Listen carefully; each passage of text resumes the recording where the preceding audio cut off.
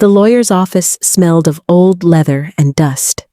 My hands trembled as I held the edge of the polished mahogany table, trying to steady myself. I had imagined this moment for weeks, the reading of Father's will. A chance, maybe, for my sacrifices to finally be seen. Ethan sat tall beside his wife, Clara. She was immaculate, her red nails drumming lightly on the armrest of her chair. When she glanced at me, it was with that familiar flicker of disdain, the one that said I was less than her. Too heavy, too slow, too broken in my speech to matter. The lawyer cleared his throat. Papers shuffled. My heart thudded. To my beloved son, Ethan. The words rolled like thunder in my ears. Ethan smiled, slipping his hand into Clara's. Line after line named Ethan the beneficiary, the house, the land, the accounts. I waited. Surely Father had not forgotten me. Surely somewhere in that stack of papers my name would appear. But when the reading ended, silence filled the room. My name had never been spoken. I opened my mouth. What about me? The stutter caught, sharp and humiliating. My face burned. Clara's lips curved into a cold smile. Ethan avoided my eyes, staring at the polished table as if the grain of wood held the answers. The lawyer adjusted his glasses. I'm sorry, Miss Harrison. The will leaves nothing explicitly to you. It states only that your brother should ensure your care if needed. My chest hollowed. Care? I had cared for them. I'd scrubbed floors, sold my jewelry, paid off Father's debts when the bank came calling. And yet here I was, reduced to a footnote, a dependent, as though I were some burden. Clara leaned close, whispering just loud enough for me to hear. Don't worry, Marianne. We'll make sure you're comfortable. Her tone dripped with false sweetness. I knew then that she had orchestrated this. Father, in his final years, had been forgetful. Clara had been everywhere, managing his papers, answering his phone, whispering that I was incapable. I wanted to shout, to pound the table, to reveal every sacrifice I had made. But when I opened my mouth, only broken syllables came. My stutter betrayed me again, leaving me frozen. Tears blurred the papers in front of me. My father's signature, scrawled in neat ink, seemed to mock me. Ethan shifted uncomfortably, but said nothing, and in that silence, the truth pressed down. I had been erased. Still, a flicker of memory surfaced. Weeks before his death, Father had placed his hand over mine. Marianne, he'd said, voice frail but steady. Don't ever let them take from you what's yours. I had nodded, not knowing what he meant. Now, sitting in this room, I wondered, had he left me something more? Something Clara didn't want me to see? The thought lodged like a seed. Perhaps the will we heard today wasn't the whole story. I rose clumsily, chair scraping. My heart pounded as I stumbled from the room, Clara's smirk chasing me like a shadow. Before you get too comfortable, like this video and subscribe, but only if you truly enjoy these stories. And tell me where you're watching from. I want to see how far this story travels. Because this story, it's only beginning. And the next revelation would shatter what little family I thought I had left. I sat in my tiny kitchen that night, the will papers still echoing in my mind like a cruel joke. Every syllable the lawyer spoke replayed itself, to my beloved son Ethan, to his wife Clara. Nothing for my daughter, Marianne. The silence of the house pressed on me. I wanted to scream, but all I heard was the faint hum of the refrigerator and the rapid, uneven beat of my heart. I pressed my hands against my face. Why? Why had Father left me nothing? The answer came as a familiar whisper, one that had haunted me all my life. Because you were never enough. I was never enough as a child. Too heavy, too slow, too clumsy. At school, the children laughed when I stumbled through my words. Stop it, I'd beg, my stutter tripping me on every sound. But they only laughed harder. Ethan never stuttered. He was the golden boy. Handsome, quick with words, good at sports. Teachers praised him, neighbors adored him. Even Father's eyes lit up when Ethan entered the room. And me? I was the shadow beside him, the sweet girl who cleaned dishes and stayed quiet. I can still hear Mother's voice, sharp as glass. "Marianne, eat less. No man will want you if you keep looking like that. Marianne, practice your words. Do you want people to think you're simple?" I practiced. I swallowed words until my throat ached. I starved myself until my stomach burned. Nothing changed. My body remained round. My voice cracked. My tongue stumbled. And Ethan thrived. Years later, when Father's business nearly collapsed, who sold her belongings to keep creditors away? Me. I pawned Mother's jewelry, the last thing she'd left me. I scrubbed office floors at night and woke before dawn to take extra shifts at the bakery. I came home with cracked hands and aching knees, but I paid off debts Ethan didn't even know existed.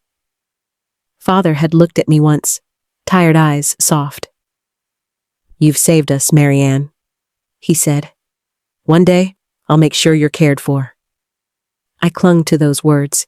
They became my anchor in the storm.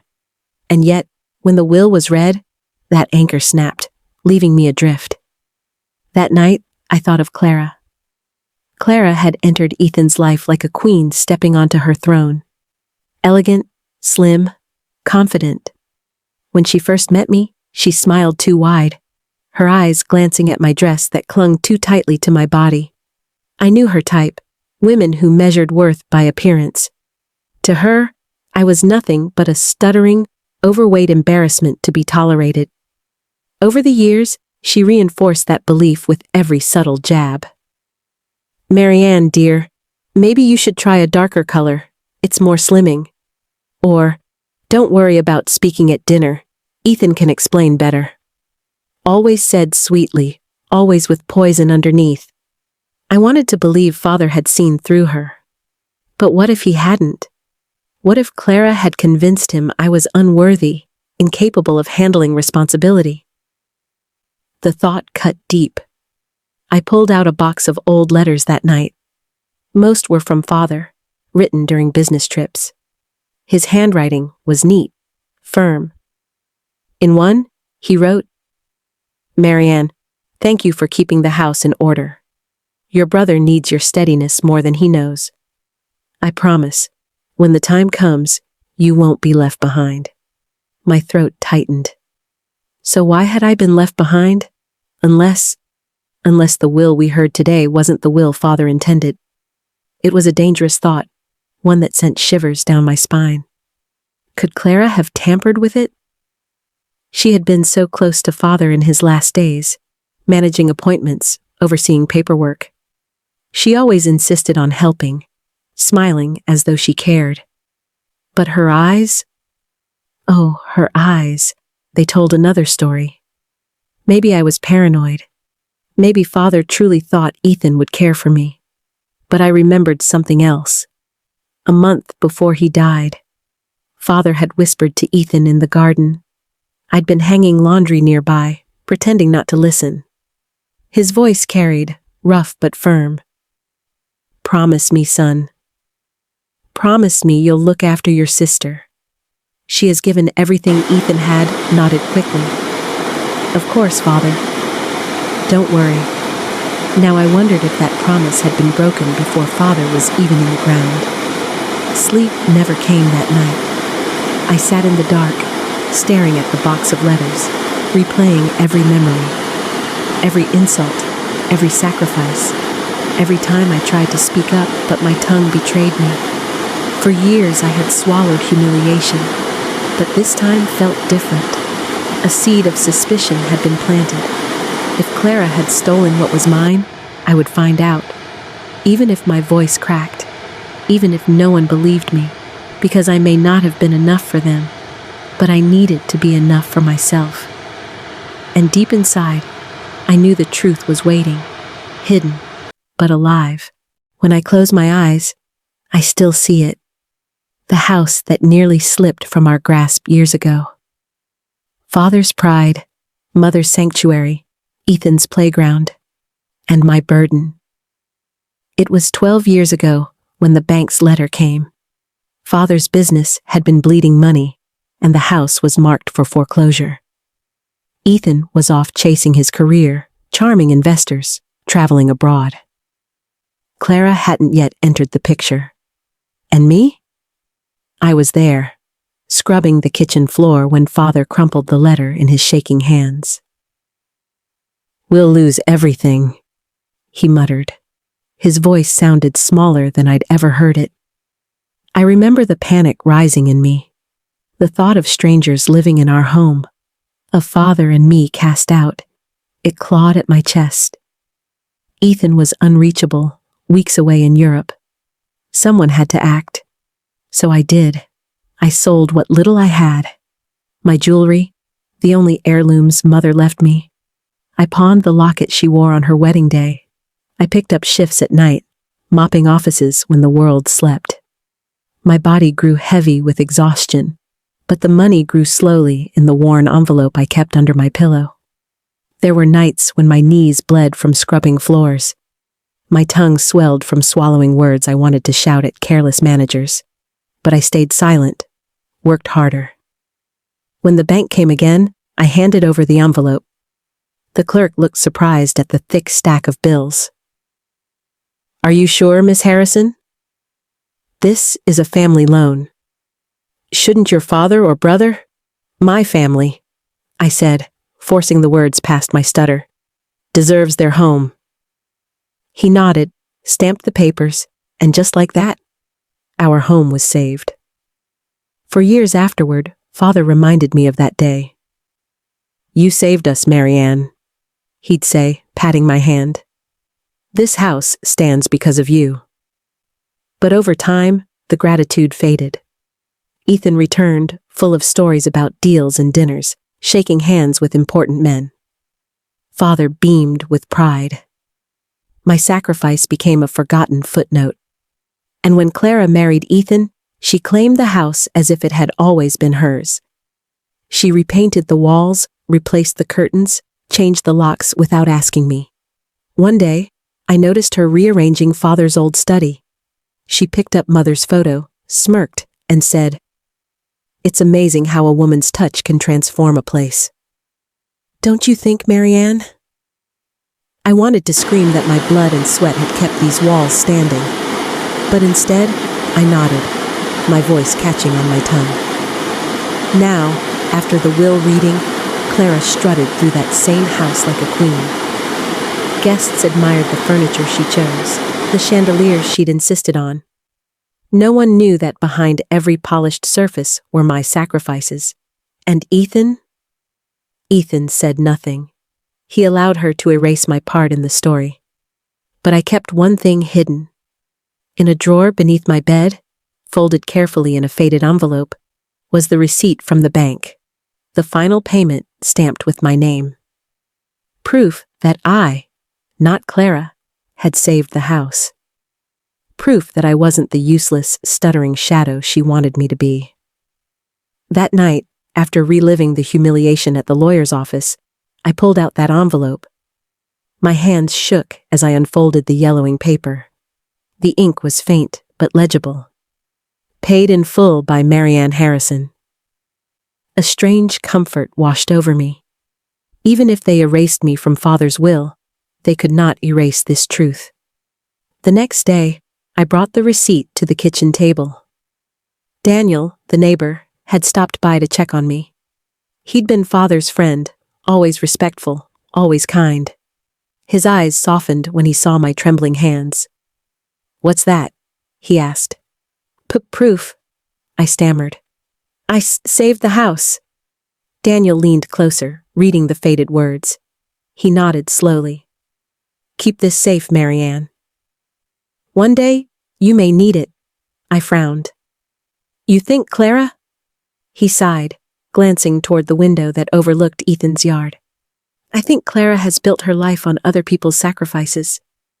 And women like that don't stop until they own everything. His words lodged in me like a warning bell. That night, as I lay awake, I clutched the receipt. My chest ached with anger and sorrow. I had poured myself out for this family. I had saved their home, their name, their comfort. And yet, when Father's will was read, my name had vanished like I never existed. What kind of daughter gives everything and receives nothing? I thought of Father's last words to me. Don't ever let them take from you what's yours.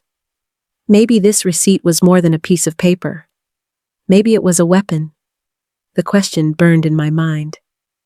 Would anyone believe me if I showed it? Or would Clara find a way to twist even this proof into her victory? I didn't know yet, but I felt the tide beginning to shift. And deep inside, I knew. The next betrayal was coming. The invitation came in Clara's elegant handwriting. Family dinner. Saturday, 7 p.m. I almost didn't go. After the humiliation at the lawyer's office, I wanted nothing more than to curl up alone. But something inside me, stubborn pride perhaps, refused to give Clara the satisfaction of my absence. So I dressed in my best dress, navy blue with tiny white flowers. It hugged my body uncomfortably, but it was all I had. I brushed my hair, smoothed the fabric, and whispered to my reflection, You can do this." When I arrived, the house glowed with warm light, laughter spilling from the windows.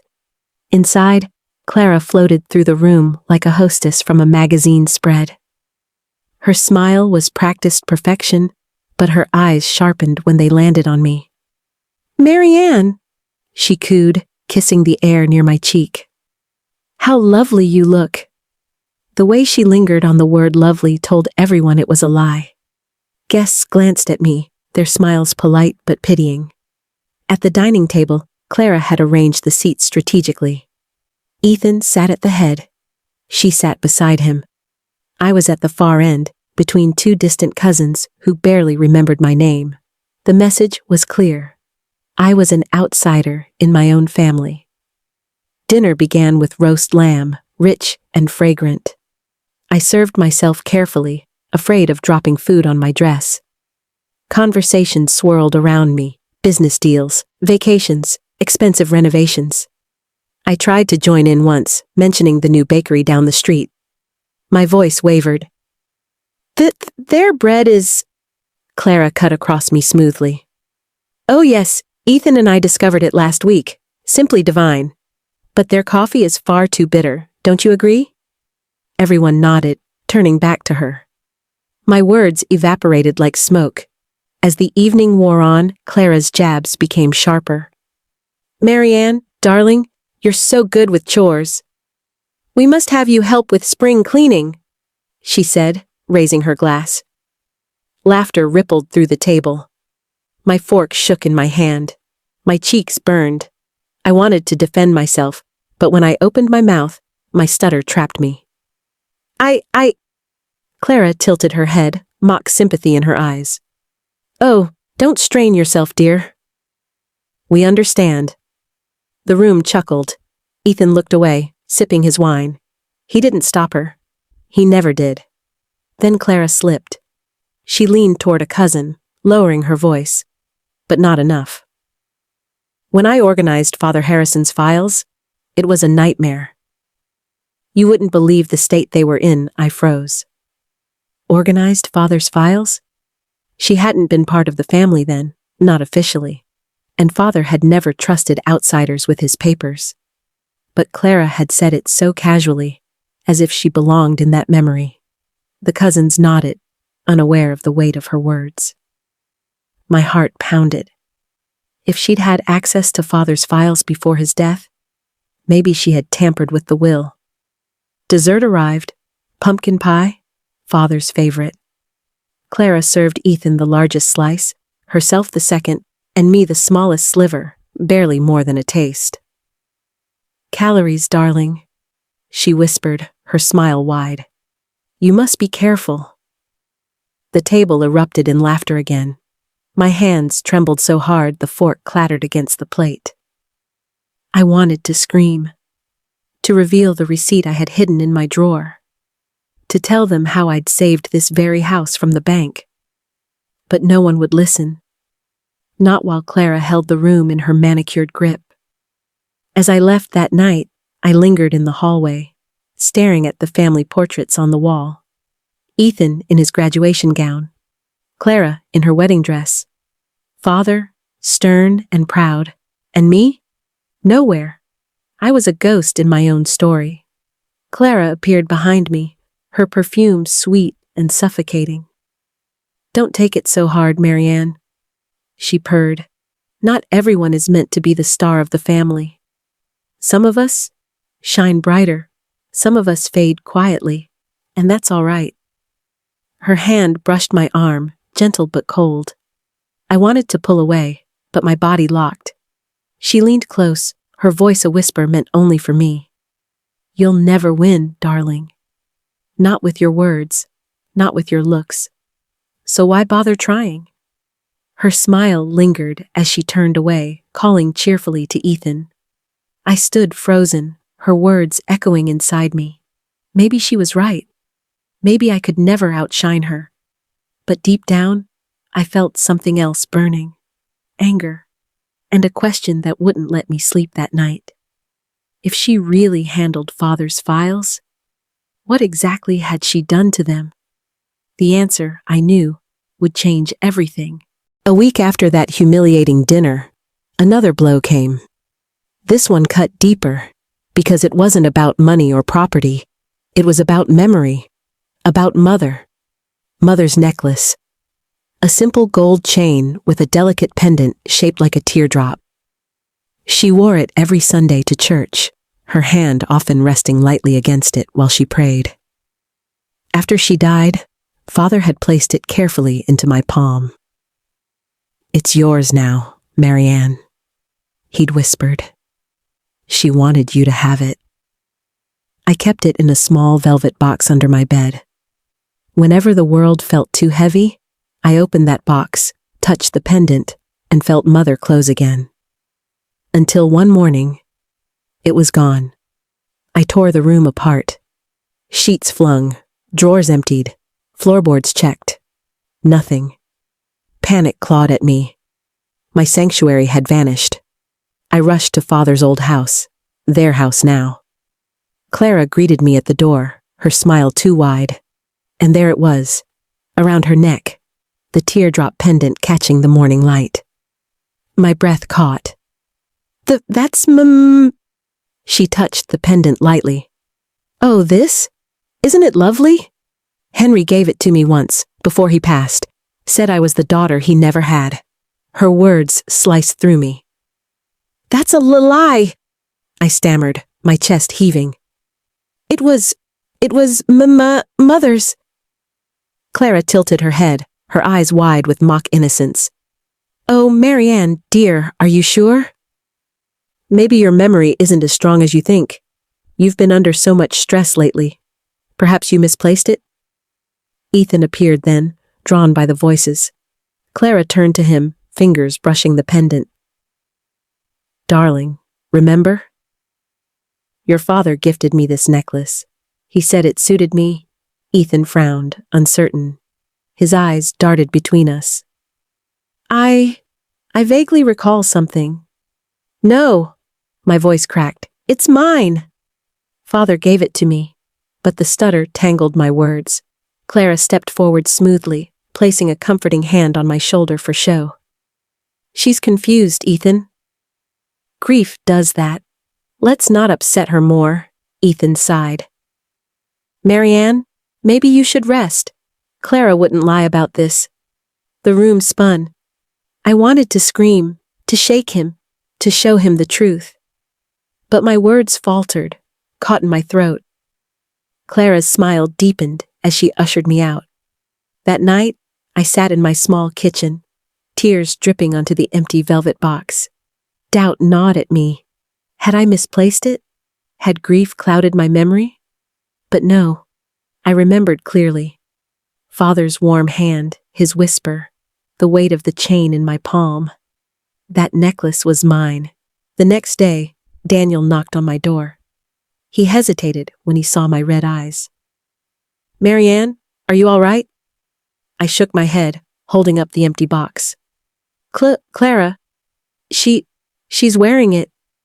His brows furrowed. "I saw her with it yesterday. But I also saw something else." He leaned in, lowering his voice. "I was helping her move some boxes from the attic last week." She dropped a small velvet case. "The exact kind you just showed me." She stuffed it into her closet quickly when she noticed I saw it. My chest tightened. So she took it?" Daniel nodded grimly. "I believe so." "She's clever, Marianne. She plants doubts in others' minds until they question themselves. But I saw that case. She has it." A storm brewed inside me. Clara had not only erased me from Father's will, not only humiliated me at dinner, she had stolen Mother's memory and wrapped it around her neck like a trophy.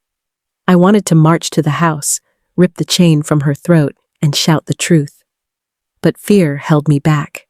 Fear of my stutter, fear of Ethan's disbelief, fear that once again my voice would falter while hers flowed like silk.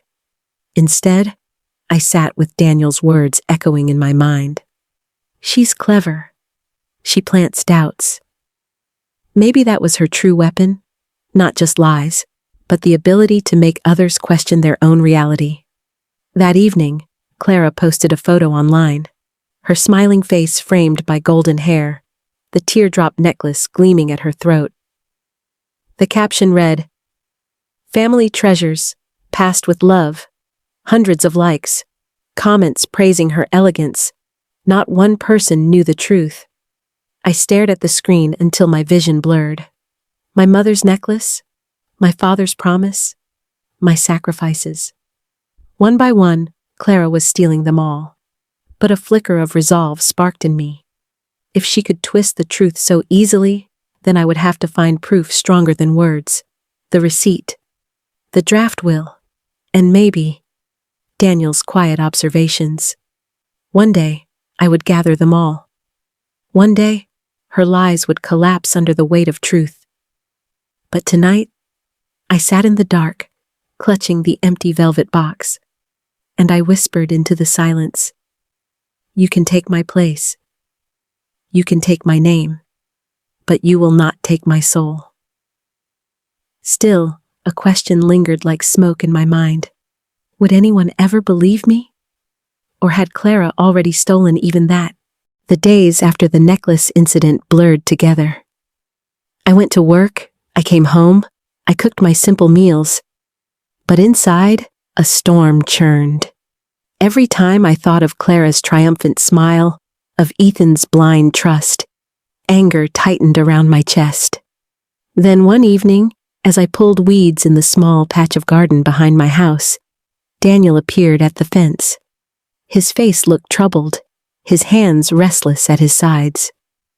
"Marianne," he called softly, "do you have a minute?" I nodded, brushing dirt from my hands. He stepped closer, lowering his voice.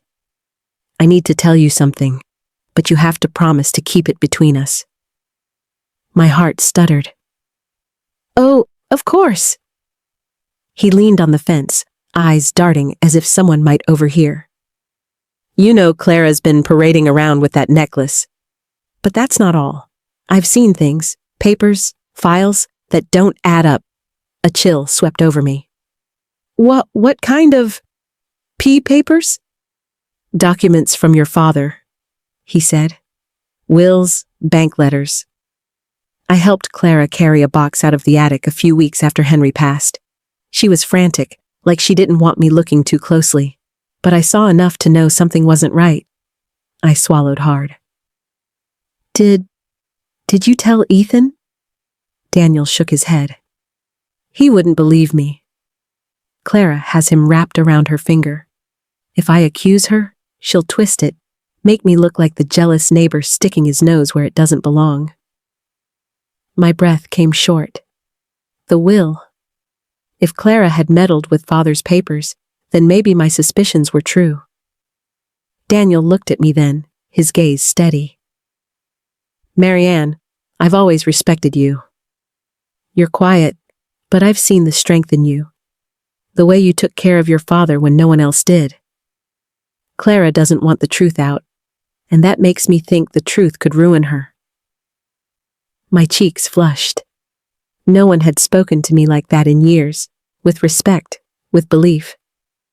Yet a small voice whispered in the back of my mind, "Why is he telling you this now? What does he want?" I nodded slowly. "What should I do?" "Keep your eyes open," he said, "and hold on to any proof you have. Clara is clever, but clever people make mistakes. When she does, we'll be ready."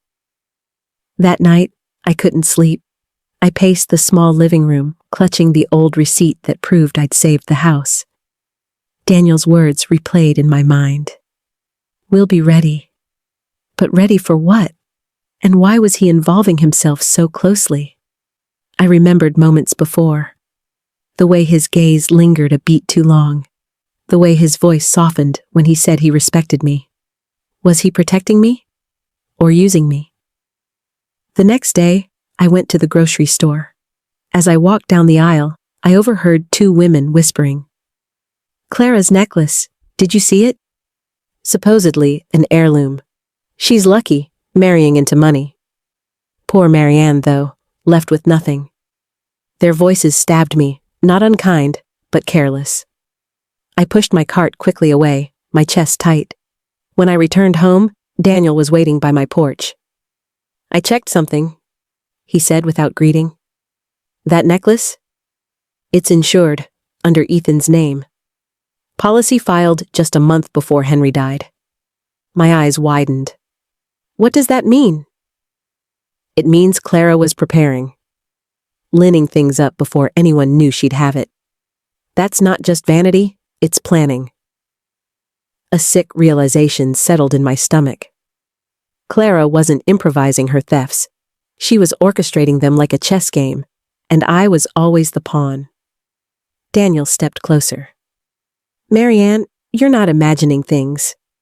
I've seen her lies, but you can't confront her alone. She'll crush you with words before you finish a sentence. You need allies."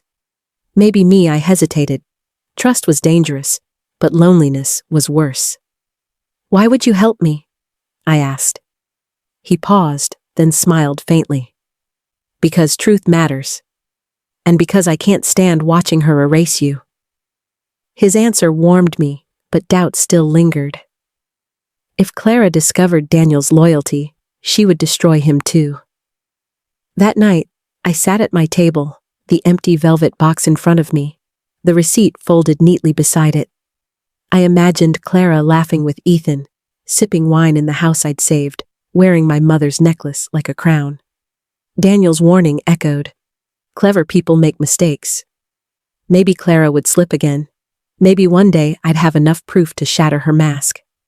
But a darker thought crept in. What if Daniel wasn't just helping me? What if he wanted something else? My savings? My trust? My heart? I didn't know. All I knew was that Clara's game was bigger than I'd realized, and Daniel had seen too much to walk away now. I looked out the window that night, toward the glowing lights of Father's old house. Somewhere inside, Clara was plotting her next move, and I whispered to myself, "I'm watching too." The question remained, could I trust Daniel to stand beside me? Or would he become another betrayal waiting in the shadows? The invitation came again, this time for Ethan's birthday party. Clara had planned it at a lavish restaurant in town, all chandeliers and velvet chairs. I considered refusing, but a voice in me whispered, "If you don't go, she wins." So I went. I wore the same navy blue dress, pressed carefully, and clutched my small purse like a shield. The room buzzed with laughter and music. Clara glided across the floor, her golden hair perfectly styled, the teardrop necklace catching every glimmer of light. My necklace. Mother's necklace. She saw me enter and her lips curved. Not in welcome, never that, but in triumph. Ethan hugged me quickly, distracted. Glad you made it, Marianne. Sit anywhere. His attention darted back to a group of colleagues. I found myself at a table near the back, far from the spotlight. Clara made her rounds, charming each guest with ease. When her eyes flicked to me, I felt like a bug pinned under glass. Dinner began. Plates of lamb, crystal glasses filled with wine. Conversations swirled about business ventures, vacations, investments. I tried to join once, mentioning my small job at the bakery. My coworkers, they're kind, but... Clara's laugh cut across me. Isn't she adorable? She works so hard for so little, yet always finds joy in it. Such simplicity. The table chuckled politely. My cheeks flamed. I lowered my eyes to the tablecloth, wishing it would swallow me whole. Then came the moment. Clara stood, glass in hand, and tapped it lightly. The room hushed. All eyes turned to her. To my darling husband, she began, voice warm and clear. Ethan, you are brilliant, generous, the pride of this family. We celebrate you tonight. Applause filled the room. She waited, smiling, before continuing. And we mustn't forget the importance of family sacrifices. Her eyes locked on me. For instance, Marianne's perseverance. A ripple of amusement passed through the crowd. She may not shine in the same way, Clara went on, her tone honeyed poison. But she has always been there, scrubbing floors, managing chores, keeping herself occupied. It's inspiring, really. A reminder that even the humblest among us have value. Laughter erupted, glasses clinked. I froze, the stutter rising in my throat like a tidal wave. My hands shook so hard the wine spilled onto the tablecloth. Tss, Clara, I whispered, but the word broke in half. She leaned forward, raising her glass higher. To Marianne, the silent strength of this family. May she always know her place. The toast was met with a chorus of cheers. But beneath the sound, I heard the sting. Know your place. Tears stung my eyes. I stood abruptly, chair scraping against the floor. The room fell silent for a moment, surprised. I wanted to speak, to defend myself, to tell them all that I had saved the very house they dined in, that I had sacrificed everything. But my tongue failed me. The stutter trapped me, cruel and unrelenting. My chest heaved. The silence stretched, broken only by a few stifled laughs. Clara tilted her head, feigning pity. Oh, Marianne, don't push yourself. We understand. Laughter rippled again. Ethan said nothing. His silence was heavier than the laughter. I fled the restaurant, the night air biting my cheeks. Tears blurred the glowing streetlights. Behind me, music and laughter resumed, as if my humiliation were just another part of the entertainment. Daniel found me outside. He must have followed. His voice was urgent. Marianne, stop, please. I wiped my eyes angrily. She... I know, he said softly. She wanted to break you in front of everyone. And you gave her what she wanted. I stared at him, hurt. I tried. He shook his head. No, you don't have to fight her with words, not yet. Fight her with proof, with patience. She's clever, but arrogance makes people sloppy. His words sank in. Proof, patience. Maybe he was right, but the sting of humiliation burned deeper than anything.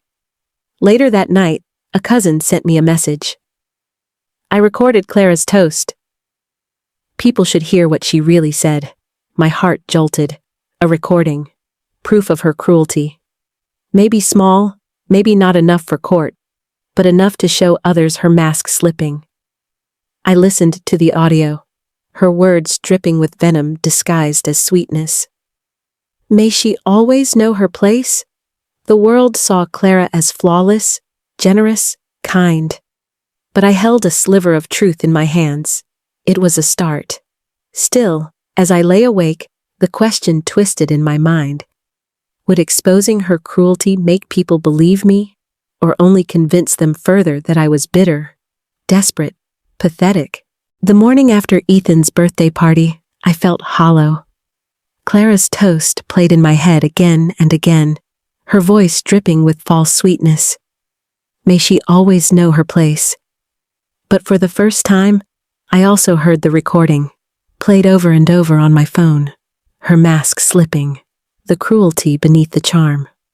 Proof, even if just a fragment. I tucked the phone away and forced myself to breathe.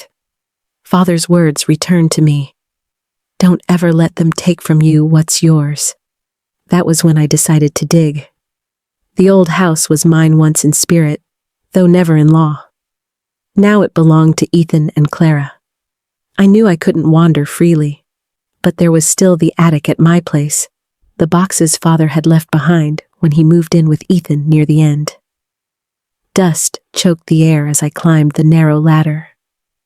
Sunlight pierced through a cracked window, illuminating stacks of papers, boxes of clothes, old tools. I pushed aside brittle newspapers, yellowing ledgers, even a broken lamp. And then, buried beneath a stack of books, I found it, an envelope. My hands trembled as I pulled it free. On the front, in Father's familiar handwriting, were 2 words, for Marianne. My breath caught. Inside, a draft of his will, typed, but with notes scribbled in the margins. The ink was smudged, the edges torn, but the message was clear: equal division of estate, house shared between Ethan and Marianne. Tears filled my eyes. Father had intended for me to inherit. I wasn't forgotten. I wasn't erased in his heart. But the draft wasn't signed. It was incomplete, a fragment of what could have been. As I held the fragile paper, I saw something strange. Handwriting corrections not in Father's hand. The ink darker, the letters sharper. Someone had crossed out sections and scribbled alternative wording. My heart pounded. Clara? She'd been helping Father organize in his last days, hovering around his papers. Could she have tampered with the final draft, feeding him language that erased me? A cold certainty settled in my chest. That evening, I showed Daniel the document. His brows knit as he examined the notes. "This isn't your father's hand," he said. "I've seen Henry's writing for years. These corrections, too neat, too deliberate." My throat tightened. So, someone changed it?" He nodded grimly. "It looks that way." I felt both vindicated and crushed. Vindicated because my instincts had been right. Crushed because proof without a signature is fragile. In court, it would mean little. Clara would laugh it away. But Daniel placed a hand gently over mine. "It's something. And something is better than nothing." For the first time in weeks, I felt the faint stirrings of hope. The next Sunday, I attended church alone. After service, one of the older parishioners, Mrs. Callahan, approached me. She leaned close, her voice a whisper. "Henry told me once, dear. He said he worried about Clara having too much influence. Said he hoped you'd be protected." My heart clenched. Another fragment, another piece of the puzzle. But when I looked across the street, I saw Clara and Ethan stepping into their car. Clara's arm looped proudly through his, her necklace glinting in the sun. She glanced my way, her smile sharp as glass. She knew I was watching, and I knew she was daring me to act. That night, I laid out the items on my table like evidence. The receipt proving I saved the house. The empty velvet box, symbol of what she stole. The recording of her cruel toast. And now, Father's draft will. Together, they told a story.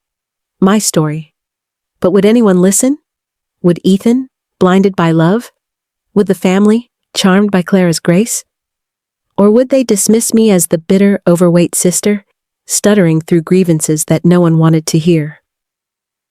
I stared at the draft will until the words blurred. Equal division of estate. It should have been mine. At least half. Enough to give me security, dignity, a home.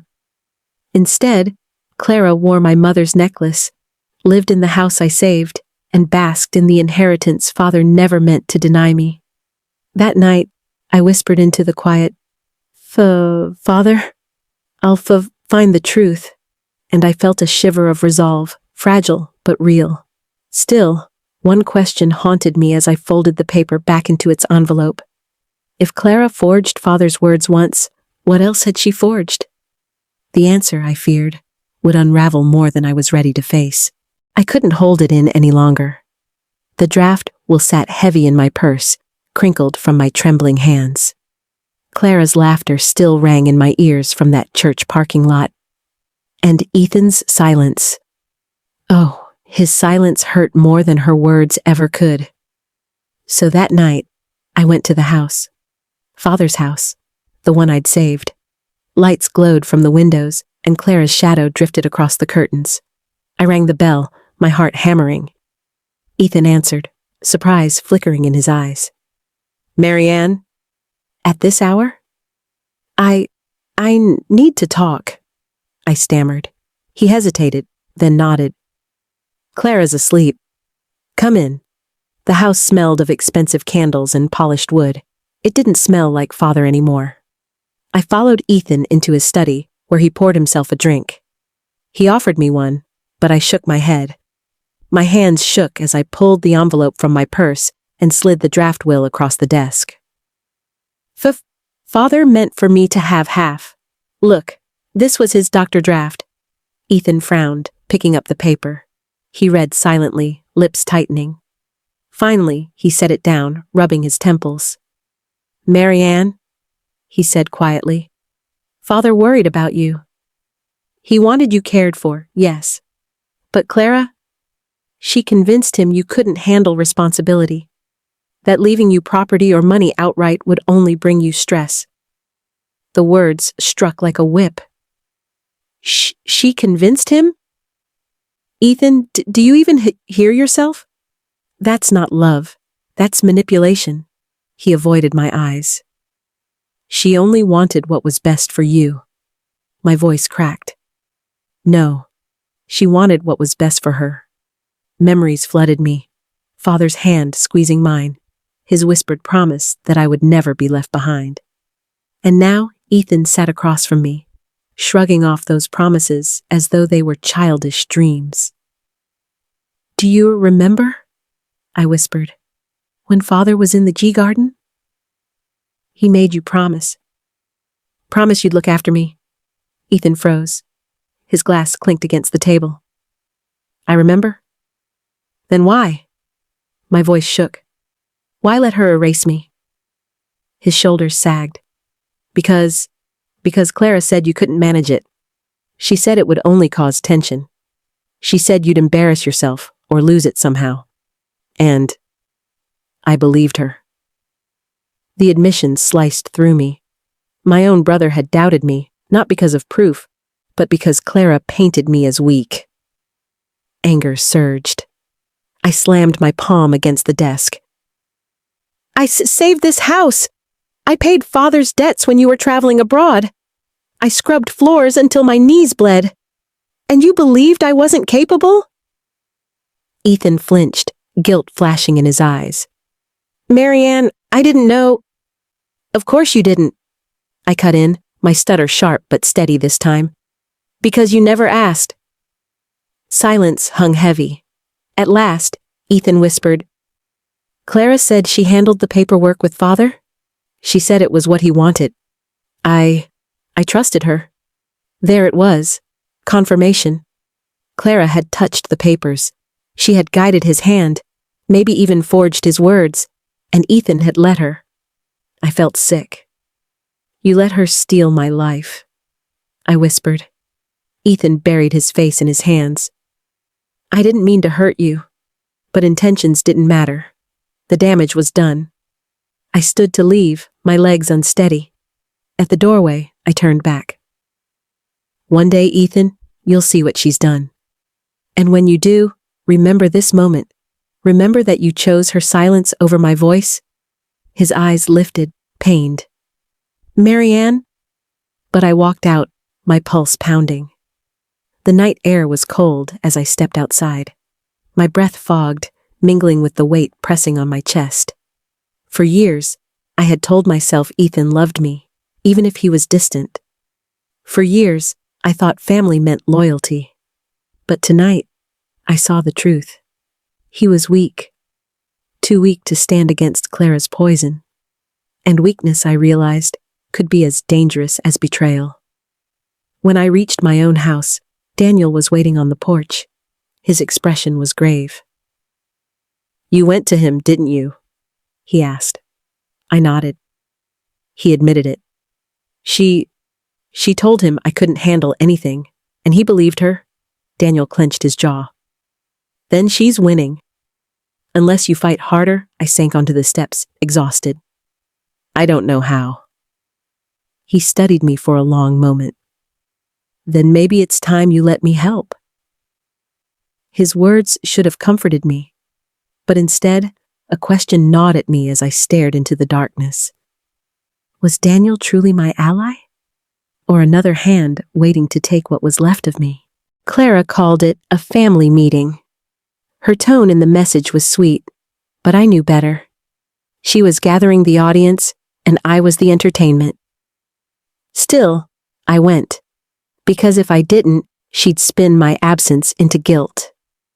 If I did, maybe, just maybe, I could finally make Ethan see the truth. The living room gleamed, spotless, full of polished wood, and Clara's expensive taste. Family members filled the couches, sipping wine, waiting. Ethan sat stiffly at the head, his face unreadable. Clara stood beside him, radiant, wearing the necklace again like a crown. I clutched my purse, where father's draft will lay folded. My heart thundered. This was my chance. Marianne? Clara cooed. We're all here because we want clarity. We've heard rumors.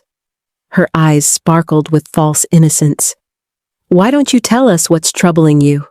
She made it sound like I was a child having a tantrum. I stood, legs trembling. All eyes turned to me. My throat tightened, my tongue stiff, but I forced the words.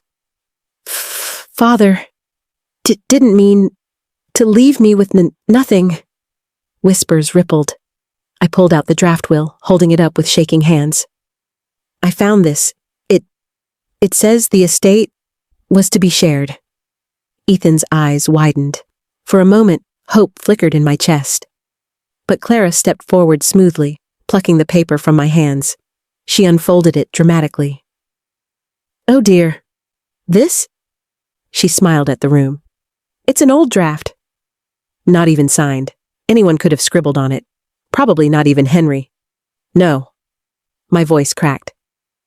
Those notes, not his. Someone changed them? She tilted her head, eyes gleaming. And who would do such a thing, Marianne? Are you accusing your own father of being incompetent? Or your own brother of lying? Murmurs filled the room. Faces turned skeptical. My chest tightened. I'm not... The stutter swelled, choking me. Not them? Clara? My tongue twisted, betraying me. The word came out broken, barely recognizable. Clara seized on it. See? She's confused. She doesn't even know what she's saying. Poor thing, laughter rippled. Small, nervous, but real. My cheeks burned. I tried again, desperate. I saved this H house. I paid father's debts. But my voice cracked, collapsing into silence. Clara draped the paper over the coffee table like evidence of my foolishness. Henry trusted Ethan because he knew Marianne couldn't handle responsibility. Tonight proves it. I looked around. My cousins averted their eyes.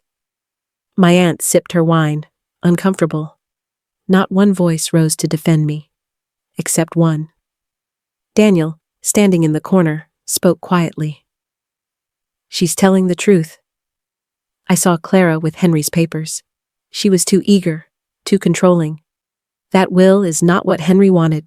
The room stilled. For a heartbeat, hope surged. But Clara laughed, smooth and practiced. Daniel, really? You've been hanging around Marianne far too much.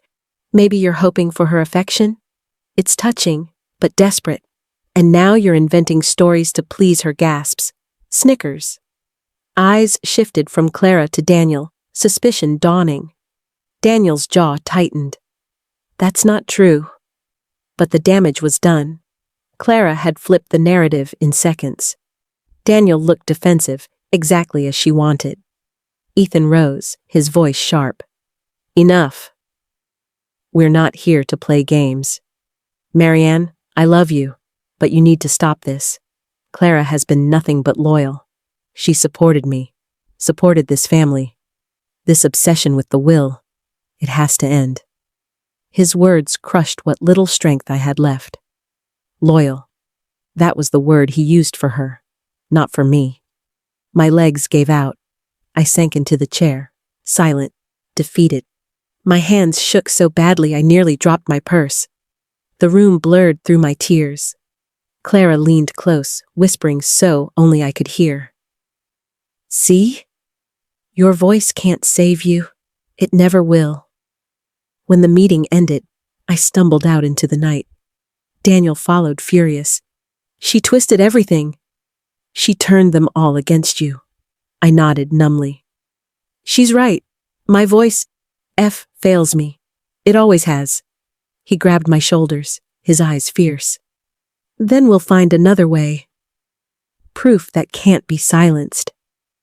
But as I looked back at the glowing windows of Father's house, Clara's silhouette framed inside, doubt gnawed at me. What proof could ever be enough when my own brother had already chosen her over me? The next morning, I woke with swollen eyes. My voice still echoed in my head, broken, stumbling, humiliated. Clara's whisper replayed like a curse. Your voice can't save you. It never will. But when Daniel knocked on my door, his face was alight with something fierce. He carried a folder tucked under his arm. Marianne, he said, stepping inside. I think I found something. We sat at my small kitchen table. Daniel slid a document across the wood. It bore a notary seal, dated just weeks before Father's death. It's a witness statement, Daniel explained. From Mr. Yates, the notary. He says Henry signed a will draft here, one that divided the estate equally between you and Ethan. He notarized Henry's signature, but the copy he kept disappeared. My breath caught. I touched the paper gently, the raised seal cool under my fingers. So there was proof? I whispered.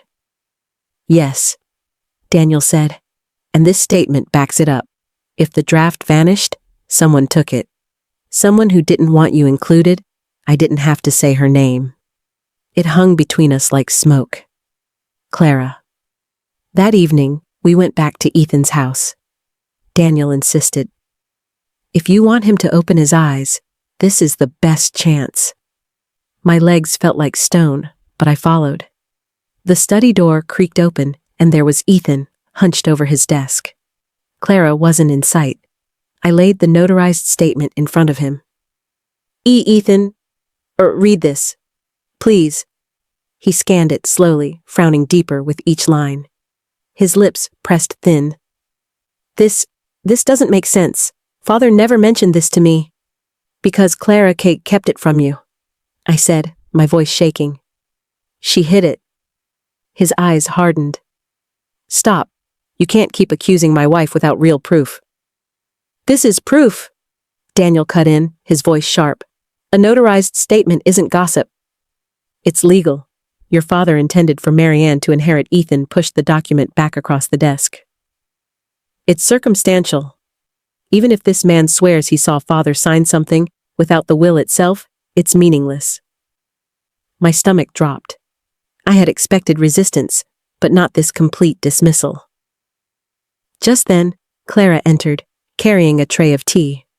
Her eyes flicked to the paper, and for a fleeting second, her smile faltered. But only for a second. "What's this?" she asked sweetly, setting down the tray. Ethan sighed. "Some notarized nonsense Daniel dug up. Claims father signed another draft." Clara picked up the paper, reading it with exaggerated care. Then she laughed, light and dismissive. "Oh, Ethan, anyone can forge a statement." Marianne's desperation has clearly rubbed off on Daniel. Her words stung. Daniel flushed with anger. "This is real." "You know it is." She leaned closer to him, her voice dripping mock sympathy. "Careful, Daniel. Defending Marianne so passionately, people might think you're obsessed with her." My breath caught. Again, she turned his loyalty into suspicion.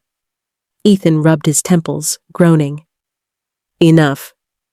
I won't hear another word about this. Father made his decision." "Marianne, please, let it go." My voice broke. You won't even consider it?" He looked at me, pained. "I can't tear apart my marriage over speculation." "I won't." Clara's hand slid onto his shoulder, possessive, triumphant. Something inside me cracked. When we left, Daniel was seething. "He's blind." She has him wrapped so tight he won't believe his own eyes. I clutched the folder to my chest. "Then we need more." "Something undeniable?" Daniel nodded, his jaw set. "Then we keep digging. Because if she forged papers once, she'll have left a trail." That night, I stared at the notarized statement again and again. The seal gleamed faintly under the lamp. Proof, but not enough. Clara had turned Ethan's love into a shield. Every truth I brought forward shattered against it, and yet a thought kept circling in my mind, unsettling, relentless. If Ethan won't believe me now, will he only believe once Clara destroys him too? Daniel returned 2 nights later with eyes shadowed from lack of sleep and a stack of bank statements clutched in his hands. "I told you she'd leave a trail," he said, spreading the papers across my small table. I blinked at the numbers, overwhelmed. "Well, what is all this?" "Clara's financials," he explained. "I have a friend who works at the bank. Let's just say he owed me a favor. These are accounts tied to her name. And look." He jabbed a finger at the lines. Transfers. Regular, consistent. From Henry's account into hers. Right before he died, my chest tightened. She was draining him? "Not just draining," Daniel said. "Redirecting. Payments meant for bills, even charity donations. Henry set up. They were rerouted to Clara's private account. Over 60,000 in less than a year, the room swayed. Clara hadn't only stolen my inheritance. She had siphoned Father's money while he was alive. The weight of it crashed over me. I thought of Father in his final months, forgetful, frail, worried about expenses. I remembered him apologizing for not being able to help me more, saying things were tighter than they used to be. Tears blurred the numbers on the page. He hadn't been failing me. She had. She stole from him while he was dying. I whispered.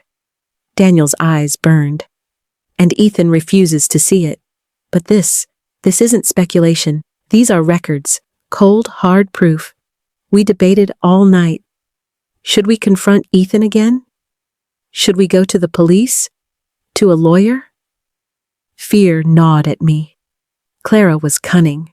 She'd twist even this into an accusation against me. But the thought of letting her win, of letting Father's memory be stained, filled me with rage. For once, my stutter didn't hold me back. We fight. We don't stop until everyone knows. Daniel nodded grimly. Then we start with Ethan.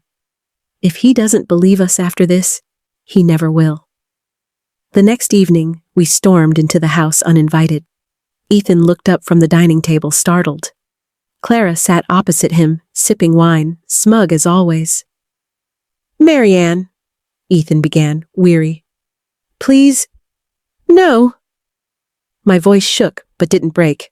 I slammed the papers onto the table. Read them. See what she did. Clara's face drained of color for a heartbeat before she caught herself, setting down her glass with exaggerated calm. What now? Old receipts? Conspiracy theories? Bank statements, I said, louder. Transfers. From father's account to yours.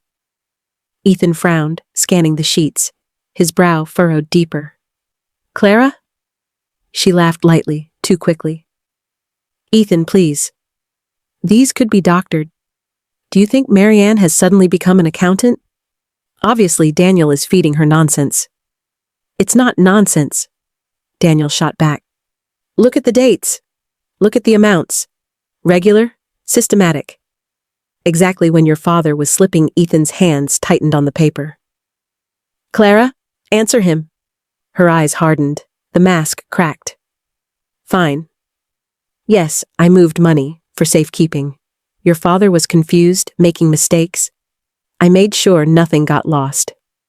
That money was for his care, I cried. For his charity, his bills. You took it for yourself, she sneered. And what would you have done, Marianne?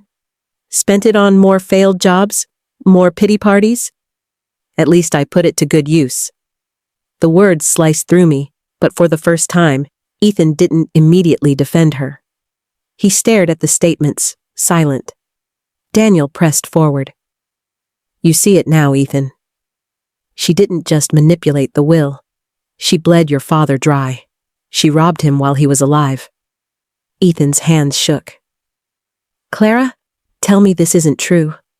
But Clara only lifted her chin, eyes blazing. I did what I had to do, and you should be thanking me. Without me, your father's chaos would have ruined everything. The room went still. Ethan's face twisted with conflict, anger warring with denial. I leaned forward, my voice trembling but fierce. This is who she is, Ethan. And if you can't see it now, then you'll lose everything, just like father did. Clara's eyes snapped to me, cold and sharp. For the first time, she didn't bother with charm. You think this changes anything? You've already lost, Marianne. The will is mine. The house is mine. Ethan is mine. All you have is your stutter and your bitterness. But she was wrong, because now, for the first time, Ethan didn't look at me with pity. He looked at her with doubt.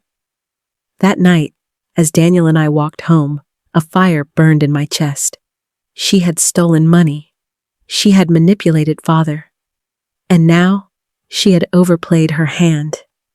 For the first time, I believed, maybe, just maybe, the tide could turn. But a question lingered, cold and dangerous. If Clara feels her grip slipping, what will she do to keep it?